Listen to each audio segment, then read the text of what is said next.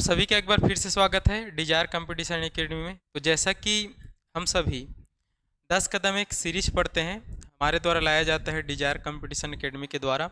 तो आज उसी 10 कदम पर हम चर्चा करेंगे और आज के जो टॉपिक रहेगा वो राष्ट्रपति का अध्यादेश रहेगा और ये 10 के दम के अंतर्गत आने वाला सीरीज नंबर 108 रहेगा। और इससे पहले संविधान के 107 एपिसोड आ चुके हैं, तो उनके जाकर आप देख सकते हैं। और इसके अलावा डिजायर कंपटीशन एकेडमी के द्वारा और भी बहुत सारे टॉपिक्स पर 10 कदम लाए जा चुके हैं सर मैम के द्वारा, तो उनको भी आप जाके देखेंगे। चलिए, तो आज समय वेस्ट न करते हुए चालू करते हैं कि राष्ट्रपति का अध्यादेश होता क्या है, कहाँ पे उल्लेख है और इनको कब लगाया जा सकता है, कब समाप्त किया जा सकता है, इनकी सीमाएं और शक्ति क्या है, उनके बारे में हम चर्चा करते हैं। चलिए, तो राष्ट्रपति का जो अध्यादेश होता है उनका जो उल्लेख है हमारे संविधान के एक आर्टिकल है और उस आर्टिकल का नाम है 123 123 में यहाँ पर बताया गया है राष्ट्रपति का अध्यादेश। आप एक जगह पर और पढ़ेंगे राज्यपाल का भी अध्यादेश। तो राज्यपाल का जो अध्यादेश है उसको हम नेक्स्ट टॉपिक में चर्चा करेंगे, उसका क्या सीमाएं हैं, क्या शक्ति है और उसका आर्टिकल क्या है। राज्यपाल का अध्यादेश 213 के तहत लगाया जाता है, लेकिन आज का हमारा टॉपिक है राष्ट्रपति का अध्यादेश। इसके बारे में हम जानने का प्रयास करते हैं। चलिए, ये क्या है इसके बारे में अगर हम जानने का प्रयास करेंगे तो ये एक अस्थायी विधि है, ठीक है, टेम्पररी विधि है जिसको राष्ट्रपति के द्वारा जारी किया जाता है। जैसा कि आप सभी को पता है कि हमारे जो भारत देश है उसमें विधि बनने का एक प्रोसेस है और वो बनता है संसद के द्वारा। संसद में 2 सदन होते हैं, राज्यसभा, लोकसभा, और दोनों सदनों से पास होने के बाद वो जाता है राष्ट्रपति के लिए और राष्ट्रपति अगर सहमति देता है तब भारत में विधि बनता है। तो इस विधि को हम बोलते हैं स्थायी विधि। लेकिन आज जो हम पढ़ रहे हैं अध्यादेश उसको हम बोल रहे हैं अस्थायी विधि। तो ये एक अस्थायी विधि है, मतलब ये एक टेम्पररी विधि है जो कुछ समय के लिए बनाया जाता है, कुछ विशेष परिस्थितियों में बनाया जाता है। तो अस्थायी विधि है जो किनके द्वारा जारी किया जाता है, राष्ट्रपति के द्वारा जारी किया जाता है। ये आपको पूछेगा तो बताना है। चलिए, अब हम देखते हैं कि इसको कब हम जारी कर सकते हैं या फिर कब लाया जा सकता है। देखो, इसको लाने के पीछे रीज़न ये है कि अगर संसद के दोनों सदनों का सत्र नहीं चल रहा, मैंने आपको बताया कि भारत में विधि का निर्माण संसद के द्वारा किया जाएगा और संसद में 2 सदन हैं, एक राज्यसभा है और एक लोकसभा है। लेकिन कभी कभी स्थिति ऐसे आ जाती है कि संसद के दोनों सदनों का कोई भी सत्र नहीं चल रहा हो। उस स्थिति में दूसरा अगर हम देखें तो संसद का एक सदन न चल रहा हो, जैसे संसद में 2 सदन है तो हो सकता है कई बार राज्यसभा नहीं चल रहा हो, कई बार लोकसभा न चल रहा हो या फिर लोकसभा भंग हो।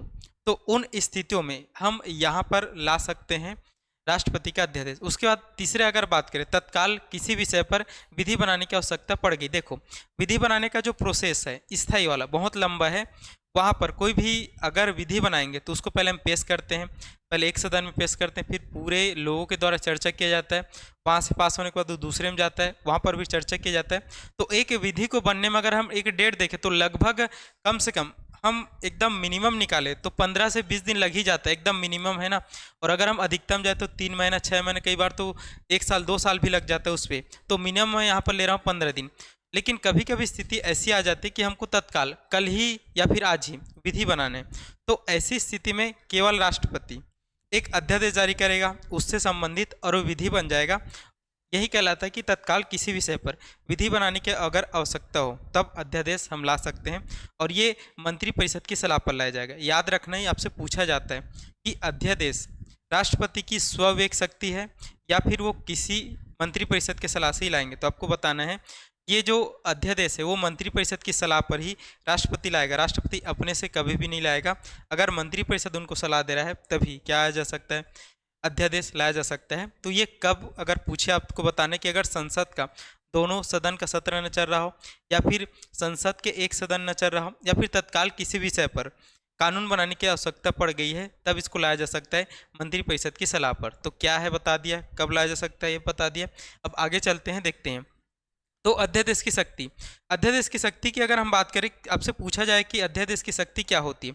देखो, हमने इसको केवल राष्ट्रपति के घोषणा के द्वारा लागू किया है और जो स्थायी विधि बनती है उसको दोनों सदनों से पास करा के राष्ट्रपति के हस्ताक्षर से बनते हैं। तो क्या इनकी शक्ति उनसे कम होगी कि उसके बराबर होगी? तो आपको ये ध्यान रखना है कि इनकी भी शक्ति, एक जो अधिनियम बनता है स्थायी अधिनियम, उसके सामान्य शक्ति और उसी के सामान्य सीमाएं रखता है। अब सीमाएं का मतलब ये होता है कि स्थायी विधि में जिन सब्जेक्टों पर हम कानून नहीं बना सकते। जैसे मौलिक अधिकारों को हनन नहीं कर सकते, अपन संविधान को संशोधन नहीं कर सकते, हम संविधान के मूल तत्वों को संशोधन नहीं कर सकते।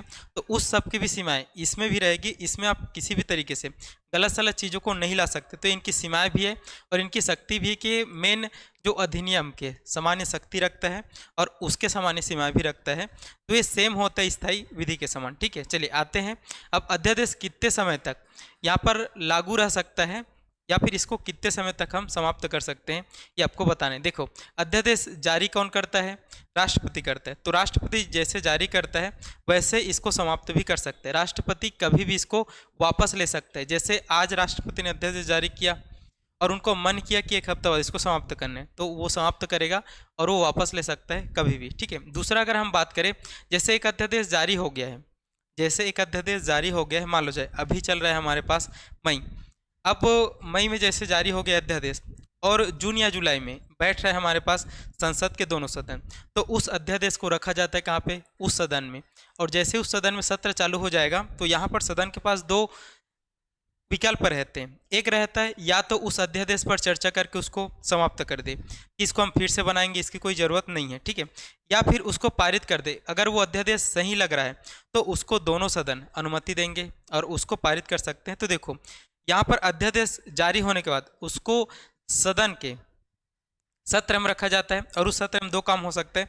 या तो उस पर चर्चा करके अगर अच्छा नहीं लग रहा है तो उसको समाप्त कर दिया जाता है, या फिर अगर सही है तो उसको विधिवत तरीके से पारित कर देते हैं। तो ये एक स्थायी विधि बन जाती है। ये आपको ध्यान पे रखना है। अब हम जाते हैं कि इसकी वैलिडिटी कब तक होती है या फिर कब हम इसको यहाँ पर संशोधन करा सकते हैं, कब तक हम इसको प्रस्तावित करा सकते हैं। तो देखो, अगर सत्र प्रारंभ हो गया है, अगर सत्र प्रारंभ हो गया है तो उसके 6 सप्ताह के भीतर इसको पारित कराना होगा, अन्यथा ये अध्यादेश स्वतः ही समाप्त हो जाएगी। इसको ऐसे समझना है कि मैंने आपको बताया था कि अध्यादेश कब लाया जा सकता है, जब सदन मतलब संसद का कोई भी सदन का सत्र नहीं चल रहा हो।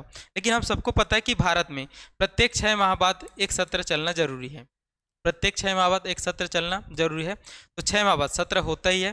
तो जैसे ही सत्र अब हो रहा है और राष्ट्रपति ने अध्यादेश जारी कर दिया है, तो जैसे ही सत्र बैठेगा, जैसे मान लो जाए 1 अगस्त को सत्र बैठेगा, तो 1 अगस्त को अगर सत्र बैठ रहा है दोनों सदनों का, तो उसमें से 1 अगस्त से लेकर अगला जो 6 सप्ताह है, अर्थात 6 सप्ताह में 42 दिन आएंगे। ठीक है, तो 6 सप्ताह के भीतर इस पर चर्चा करना जरूरी है। अगर चर्चा करके इसको क्या कर दे, समाप्त कर दे, तो समाप्त हो जाएगा। अगर चर्चा करके पारित कर दे तो पारित हो जाएगा। और अगर कुछ नहीं कर रहा है, ना तो उस पर चर्चा कर रहा है, ना तो उसको स्वीकार रहा है और न ही उसको समाप्त कर रहा है, तो स्वतः ही कितने दिन बाद, 6 सप्ताह बाद या फिर 42 दिन बाद ही क्या हो जाएगा, समाप्त हो जाएगा। तो ये आपको ध्यान पे रखना है कि अध्यादेश कितने समय तक रहता है। तो राष्ट्रपति इसको कभी भी वापस कर ले सकता है। और अगर संसद के सदन का सत्र चालू हो गया है तो वो संसद उसको या तो समाप्त कर सकती है या फिर उसको पारित कर सकती है।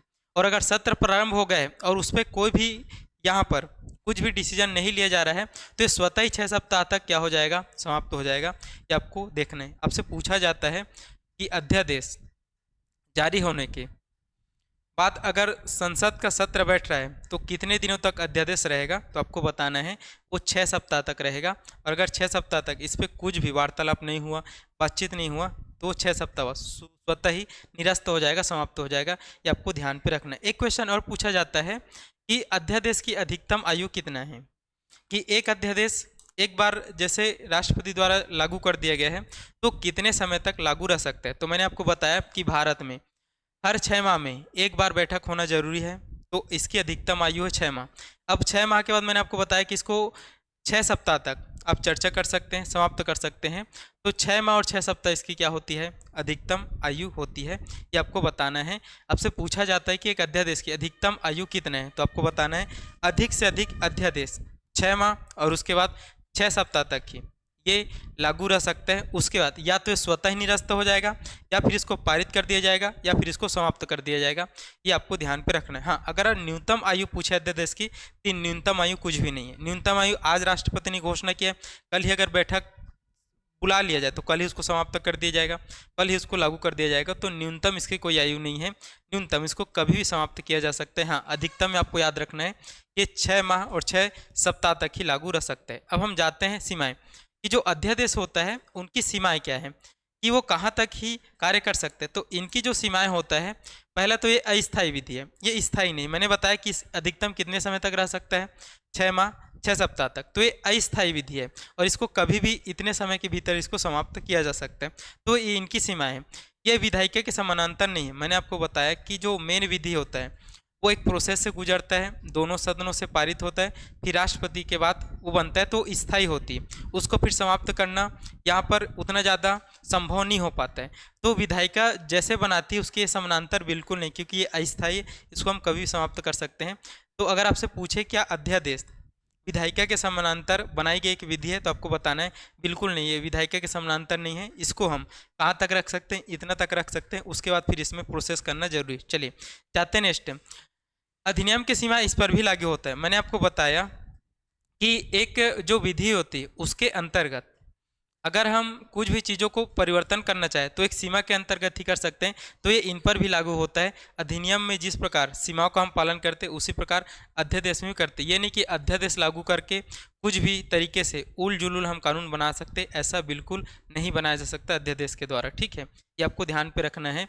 और उसके बाद ये जो अध्यादेश होता है ये संघ सूची एवं समवर्ती सूची पर ही कार्य करता है। हम जानते हैं कि 3 प्रकार की सूची है, संघ सूची, समवर्ती सूची और राज्य सूची। तो संघ सूची पर कानून केंद्र सरकार ही बनाती है, समवर्ती पर भी बनाती है, लेकिन राज्य पर नहीं बनाती। तो जो अध्यादेश होता है वो राष्ट्रपति पारित कर रहे हैं और राष्ट्रपति केंद्र का प्रमुख है। तो आपको ध्यान रखना है कि संघ सूची एवं समवर्ती सूची पर ही लाया जा सकता है, राज्य सूची पर नहीं लाया जा सकता। राज्य सूची पर लाया जाता है, उसको हम पढ़ेंगे किसके द्वारा लाया जा सकता है नेक्स्ट क्लास में। ठीक है, चलिए अब एक और महत्वपूर्ण क्वेश्चन आता है, क्या क्या राष्ट्रपति के अध्यादेश को न्यायिक समीक्षा किया जा सकता है, या फिर राष्ट्रपति ने जो अध्यादेश लागू किया था उनकी हम न्यायिक समीक्षा कर सकते हैं कि नहीं कर सकते हैं, उसको कोर्ट में चैलेंज कर सकते हैं कि नहीं कर सकते हैं। तो बिल्कुल इसको हम कोर्ट में चैलेंज कर सकते हैं, क्योंकि हो सकता है कि राजनीतिक दल अपने राजनीतिक क्रियाकलापों की पूर्ति के लिए गलत सलत तरीके से अध्यादेश लाया जा सकते हैं। तो उसके लिए इसको कोर्ट में चैलेंज किया जा सकता है। और ये लाया गया था कब, 44वां संविधान संशोधन अधिनियम 1978 से लाया गया था। ये आपको ध्यान पे रखना है। ठीक है, इससे पहले इसको हम कोर्ट में चैलेंज नहीं कर सकते थे, तो इसका बहुत ज़्यादा दुरुपयोग होने लगा था। तो इसको अब हम कर सकते हैं क्या, कोर्ट में चैलेंज, कि आपने अध्यादेश किस आधार पर लगाया है, इसकी वैल्यू क्या है। ठीक है, तो आपसे पूछे कि अध्यादेश की क्या न्यायिक समीक्षा किया जा सकता है, आपको बताना है हाँ किया जा सकता है। कब से किया जा सकता है, तो ये डेट आपको याद रखना है। अब नेक्स्ट इसकी सीमाएँ हैं कि बार बार एक ही विषय पर अध्यादेश नहीं लाया जा सकता। जैसे बार बार आप एक ही सब्जेक्ट पर अध्यादेश ला रहे हो और उसको आप सदन में रख ही नहीं रहे हो, तो ये नहीं कर सकते बिल्कुल, कि एक ही सब्जेक्ट है तो उसके लिए आप बार बार क्या नहीं कर सकते, अध्यादेश नहीं ला सकते। किसी भी सब्जेक्ट पर केवल एक बार ला सकते हैं और उसके बाद आप रखिए सदन में, उसको पास कराइए। उसके लिए आपको बार बार अध्यादेश लाने की अनुमति बिल्कुल नहीं है। तो एक ही विषय पर हम बार बार अध्यादेश यहाँ पर नहीं ला जा सकते, ये इसकी सीमाएँ हैं। ठीक है, अब एक और क्वेश्चन आता है कि क्या संविधान को संशोधन करने के लिए हम अध्यादेश ला सकते हैं कि नहीं, तो बिल्कुल नहीं ला सकते। संविधान को संशोधन करने के लिए आपको विशेष बहुमत की जरूरत पड़ती है, और वो होता है कहाँ पे, दोनों सदनों में। तो राष्ट्रपति के पास अध्यादेश में किसी प्रकार के संविधान संशोधन करने का शक्ति नहीं है, ये आपको ध्यान पर रखना है। आपसे पूछेगा कि अध्यादेश के द्वारा क्या संविधान को संशोधन कर सकते हैं, तो आपको बताना है बिल्कुल नहीं कर सकते। संविधान संशोधन बिल इसके लिए नहीं लाया जा सकते, इस अध्यादेश के द्वारा नहीं ला जा सकते, ये आपको ध्यान पर रखना है। एक और क्वेश्चन है कि क्या आपातकाल लागू रहता है भारत में, अगर राष्ट्रीय आपातकाल लागू है तो उस समय भी क्या राष्ट्रपति अध्यादेश ला सकता है। तो आपको बताना है कि आपातकाल अगर लागू है तब भी राष्ट्रपति अध्यादेश ला सकता है, ये आपको ध्यान पे रखना है कि आपातकाल पर भी यहाँ पर कोई प्रभाव नहीं पड़ता अध्यादेश पर। ठीक है, क्योंकि आपातकाल में तो हमको बहुत ज़्यादा ज़रूरत पड़ती है, मीन्स इमरजेंसी में बहुत सारे विधि बनाने की, तो आपातकाल में भी लाया जा सकता है यहाँ पर राष्ट्रपति का अध्यादेश। आपको ये ध्यान रखना है कि राष्ट्रपति का अध्यादेश उसकी स्वविवेक की शक्ति नहीं है, उसको लाया जाता है हमेशा मंत्रिमंडल की सलाह पर। तो ये आपको ध्यान पे रखना है, और आपातकाल के समय भी इसको ला सकते हैं। और अभी तक अगर हम बात करें जब से संविधान लागू हुआ है तब से भारत में लगभग 300 से ज़्यादा बार राष्ट्रपति का अध्यादेश लाया जा चुका है। जो एक मुद्दा बना रहता है कि इस अध्यादेश की शक्ति को समाप्त कर देना चाहिए, किसके लिए, राष्ट्रपति के लिए, क्योंकि इसका बार बार दुरुपयोग भी होता है।